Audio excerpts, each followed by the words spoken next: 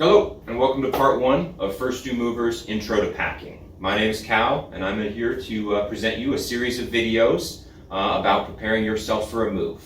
Now, the goal of these videos is to help our clients or people that are just interested in packing themselves make their move safer, cheaper, all while doing it with items that they may have around their own home or items that we're looking for a list of items to purchase to prepare themselves for their moves.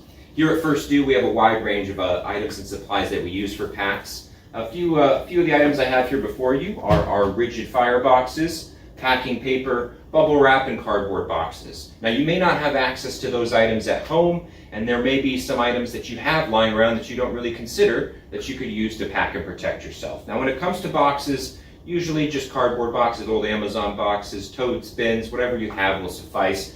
But our goal and what we're going to talk about today is the materials that we're going to use to wrap the items that are going into those boxes.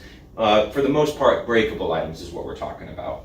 So, what we want to find is something that's non-abrasive, usually pretty large, so maybe sheets of newspaper, old t-shirts, dish rags, towels, anything like that, ripped out pieces of paper from a phone book, things that we can use to wrap a piece of a breakable item like a glass or a dish or anything, and also to pad and protect the items as they go into the boxes. So what I mean by that is we want to protect where the pressure is coming from on that box. Typically, in a box, when we're loading it into the trucks and carrying it with other boxes, the pressure is going to be coming from below and from above. As weight is pushing down on a box, it's going to be pressing down on the top of the box. And also when that box is riding in the truck and going along a road, there may be pressure coming up from below as it's getting pushed down and going over bumps and speed bumps and such.